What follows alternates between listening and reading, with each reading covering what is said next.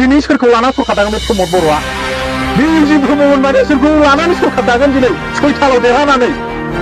कमला सिं बाथ्रा दायनो बिसोरो माबे खान्थियाव थाङो सुइजारलेण्डआव दायदों 5 बोसोर मावबाय बिसोरो 5 बोसोरनि गेजेराव दिनै 16-17ता बिथांमोना देरहानांगौमोन दिनै माबा 12तानि गेजेराव दिनै 6थायाव फैबाय मेला बाथ्रा बुंनानै दा बाथ्राया बे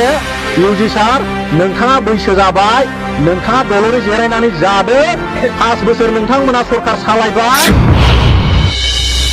बेखौ आङो रायजो राजानि सापर्टखौ नुनानै रायजो राजानि अनसायनायखौ नुनानै आं बेखौ थोंजोङै बुंनो हायो इउपिपिएलआ दिनैनिफ्राय 3 तारिखनिफ्राय इउपिपिएलआ सुइच अफ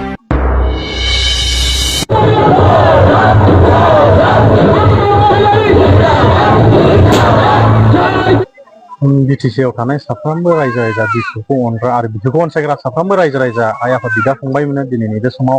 बे इउटिउब चेनेलनि गेजेरजों आं अननाय आरो सिबिनायखौ जासिहरनाय थाबाय मानो होनबा आं सिगाङावबो आं बुंखादों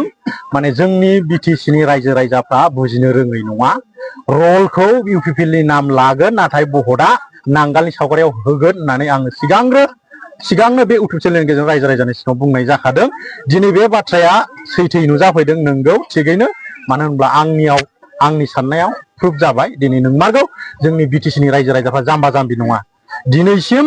जोंनि बिपिएफ सरकारा माब्लाबाबो बेबादि मेजरिटि लानानै माब्लाबा बेफोरबादि सिट लानानै देरहाफेराखैमोन नाथाय दिनै 5 बोसोर इउपिपिएलआ दिनै सरकार खुंनायजों लोगोसे दिनै रायजो राजाफ्रा साफ्रोमबो जोंनि बिटिसिनि रायजो राजाफ्रा मिथिबाय जे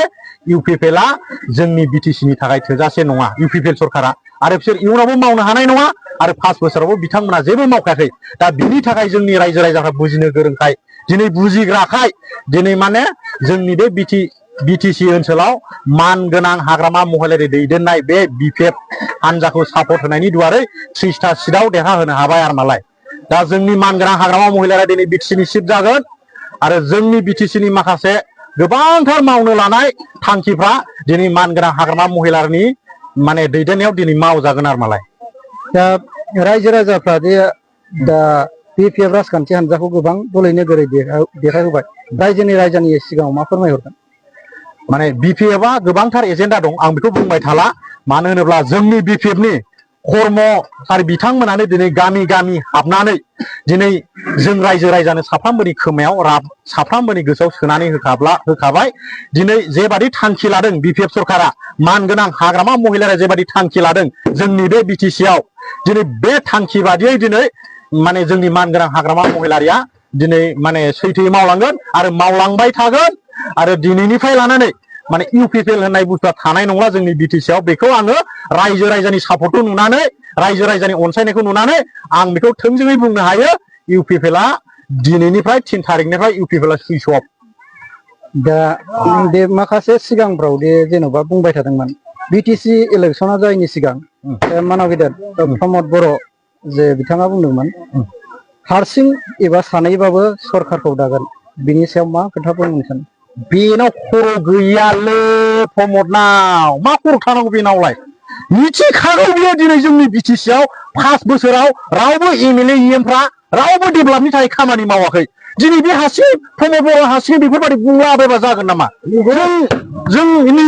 बे बिटिसिनि रायजो राजाफ्रा जाम्बा जाम्बि नङाना बुजिनो गोरोंजोब आरो बुजिजोबखागौ दा बे हिसाबै बिथांमोना दिनै रायजो राजाखौ माने मेगनाव हाद्रि सारफावनानै माने बोरैबा गिनानै हरहोगोन बिथांमोना बेखौ थांखि लादोंमोन खिन्थु जोंनि बिटिसिनि रायजो राजा जाम्बि जाम्बा नङा गासै जाथि जनगोष्ठीयानो साननो हनो गोरों दिनै रावबो जाथि जनगोष्ठीफ्रा जाम्बा जाम्बि गैला मालाय जोंनि बिटिसिआव बिथांमोना हाजारखि बुङा मानो सासेन सरकार दागोन सानै सरकार दागोन बे माब्लाबा फाग्ला जादों नामा फाग्ला जादों आङो थांनाय समाव बुंखादोंमोन जोंनि बिपिएफ सरकारानो सिंगेलि सरकार दागोनब्ला नोंथांमोना बे सासे सानै देरहानायजों माबेयाव सरकार दानो माबे खान्थियाव थांनानै सरकार दायनो जिहेतु दिनै जोंहा 30ता मोनबाय 30ता सिट सिंगेलि सरकार नङा होमबा दिनै सोरखौ लाना सरकार दागोन बे प्रमद बर'आ बे इउजि ब्रह्ममोन माने सोरखौ लानानै सरकार दागोन दिनै 6थालाव देरहानानै कमला सिं बाथ्रा दायनो बिसोरो माबे खान्थियाव थाङो सुइजारलेण्डआव दायदों प्रमद बर'आ सरकारखौ बिटिआर सरकार इउपिपिएल सरकार दायदों सुइजारलेण्डआव दा माखासे सिगांफ्रावदि जेनेबा बुंदोंबो जेनेबा केबिनेट मिनिस्टार इउजि ब्रह्मआ जे माखासे गोबां जे UPPL खौ नाख्लायनो एबा UPPL खौ फेजेननो हानाय खुनु गोहो गैया बिनि सायाव माखासे मा खोथा फोरमायनो बिसोरो फरायनायावल' गोरोंलै इउजि सारमोना फरायनायावल' गोरों बा गोबोरखि एरियायाव दाखालि फैना मा बुङा रायजो राजाफोरखौ मा बुंला फैया थिग मोनफ्रोमबो एरियायाव बिथाङा बिदिनोखा आरो बिथांखौ जोङो नुदों बिथाङा दिनै बे ओनसोलावल' बेरायफैयाखै बिथाङा दिनै सारा BTC नि ओनसोलाव UPPL नि जानानै बिथाङा दिनै मबिलाइज खालामदों आरो गोबांथार जायगायाव बिदिनो बिथाङा गोदाव सोराव बाथ्रा बुंलाबायदों दिनै बिथांमोन बादिनि बाथ्राया बोरै भेलु थानांगौ इउजि ब्रह्ममोन बादिनि बाथ्राया दिनै भेलु थानांगौ दिनै गावनि एरिया बादियावनो दिनै इउजि ब्रह्ममोन बादिखौ भेलु दोना अब्ला दिनै जोंनि बे सारा BTC आव बिथाङा दिनै सोरनिबा जानानै बहद बिद्लाहैदों बेथ' जाथावाना जानला मेनला बाथ्रा बुंनानै दा बाथ्राया बे इउजि सार नोंथाङा बैसो जाबाय नोंथाङा दलरै जिरायनानै जादो 5 बोसोर नोंथांमोना सरखार सालायबाय नोंथांमोना गोबांथार थाखा आरजिबाय बे थाखाखौ नोंथांमोना नस्थ' दा खालामसै इयुनाव आरो दानिफ्राय लानानै UPPL आ आरोबाव बे जोंनि BTC आव सिखांनो हालाय नंला आरोमालाय आरो बिस्रा गोहोबो गैखाला लासिंसिं रुलिं सरखार बिथांमोना दिनै 5 बोसोर सालायबाय बाव गोबांथार थाखा फैसा आरजिबाय बिथांमोना दिनै रुलिं सरखार हिसाबै बिथांमोना दिनै 12थानिफ्राय गोजौआव दावखोनांगौमोन 12थानिफ्राय दिनै गाहायाव फैबाय 6थाल' थाफैबाय बै समाव 12था देरहायाखै बिथांमोना मोनथाम समस्थियाव गेलेसो देरहादों बेनिखायनो आं 9थाल' बुंबाय थादों बिथांमोनखौ बै समावबो दा आं बेखौनो बुङो बिथांमोना दिनैनिफ्राय लानानै फैगोन 3 थारिखआव जोंनि BPF सरखार दागोन बे सरखार दाखांनायजों लोगोसे बिथांमोनखौ आं खावलायदों जाहाथे एबारनिफ्राय बिथांमोना जाहाथे UPPL नि नाम लाना रल खालामा बे 6था सिटआव बिथांमोना देरहादों एबार 6थाल' मा बिथांमोना 0निफ्रायबो गाज्रिसिन बहराव एबार बिथांमोना दिनै BTC ओनसोलाव सिट मोनगोन MLA इलेक्सन जे जानो थांगासिनो दं बे MLA इलेक्सननिफ्राय UPPL निखौ बेसेबांखिनि देरहागोन होननानै मोनदांथि हरो BTC आव 0 MLA आव 100% 0 रावबो गैया माखासेखिनि जे MLA इलेक्सन MLA इलेक्सनाव दा माखासेखौ BPF आ जे डिसफोराव से रल लाहैगोन बायदि मोनो सानो 100% BPF आ जेरै दा सेन्सुरि मारिदों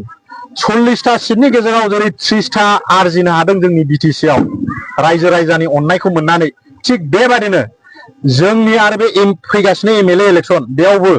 जोङो सेन्सुरि मारिगोन आरो जोंहा गोबांथार माने डिसफोराव थांनानै खामानि मावनांगौ दं जों रायजो राजा आरो बे BTC नि गासै जाथि जनगोष्ठीनि सायाव दा BPF नि सायाव गोबांथार एजेन्डा दं रायजो राजानि थाखाय मावनायनि गोबांथार थांखिफोर दं दा BPF आ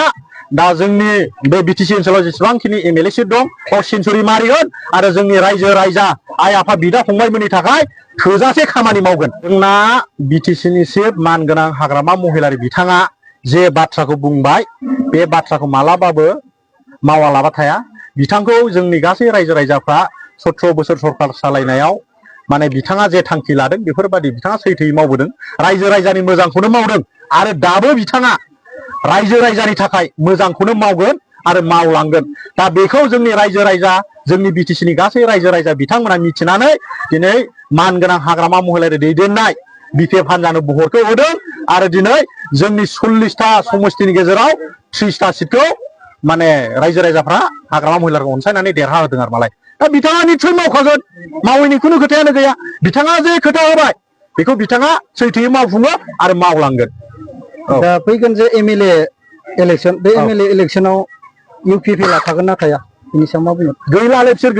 थाला रुलिं सरखार 5 बोसोर मावबाय बिसोरो 5 बोसोरनि गेजेराव दिनै 16-17टा बिथांमोना देरहानांगौमोन दिनै 12थानि गेजेराव दिनै 6थायाव फैबाय बिथांमोना अब्लालाय बोरै MLA सिटखौ बोरै आवग्रिनो हाबावनांगौ गैलाब्रा बिसोर गैला 0